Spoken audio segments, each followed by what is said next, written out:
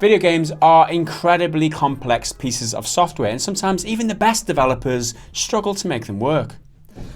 I held that in like a warrior for you then, man. That was about halfway through. That was heroic, that was. I'm not going to make it. To admit that you had no clue how to make a game, as the Witcher developer and industry pinups CD Projekt did recently, that's pretty unusual. No clue.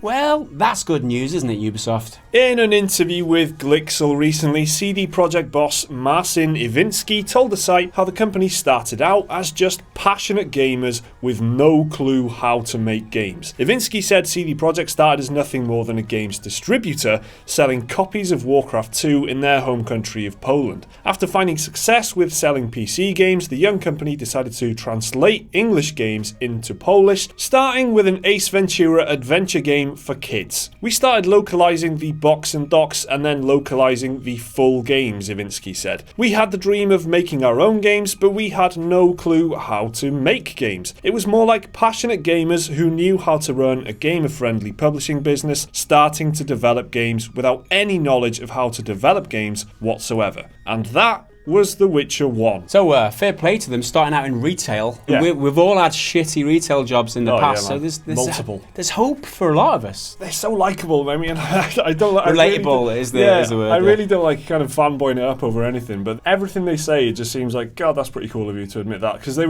had no idea. They literally had no idea what they were doing in terms of game development, but they just moved into it gradually by building themselves up. And I think maybe that's where all these consumer-friendly philosophies that they've got with GOG and giving us the kind of free DLC and very generous big expansion packs. So I think it comes from the fact that they've built themselves from the ground up. For me, what is most remarkable is that in this day and age, you can get numerous degrees in how to make a game. Like, you can get a degree even online. And these guys, they've learned it all themselves, and they've made one of the best games of all time. Yeah. From where they were to where they are, like Derek Trotter to begin with, to like gods of the gaming world. Donald Trump, I guess.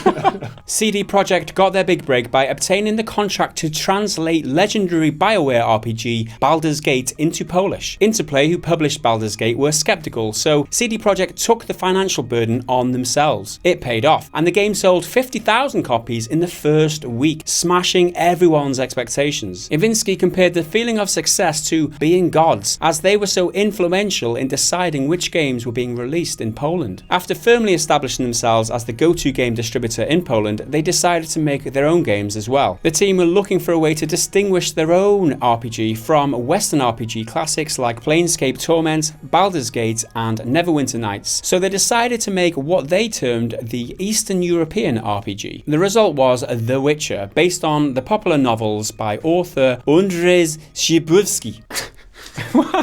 That's it. It's a good effort. Yeah, I'm sticking to it. I'm pretty sure that's how you say it. Correct me if I'm wrong. Where's Jake Kulkowski when you need him? Andrzej Szybrowski.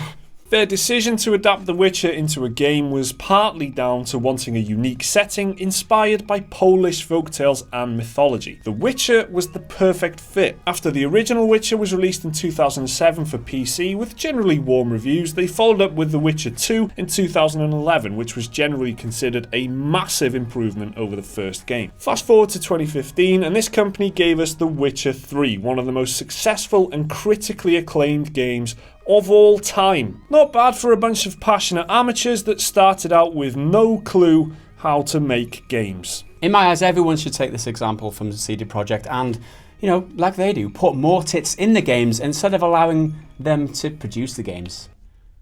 Does that sound a pity? I was trying to work out what you just said. What? Why don't you guys let us know down in the comments if any of you have been that guy in the street corner selling the CDs and dreaming of making it big like CD Projekt Red. Like the video if you enjoyed it. Hit subscribe button if you're new around here. Check out some more of our content around about here on the screen, and we'll see you again in the next video. Bye for now.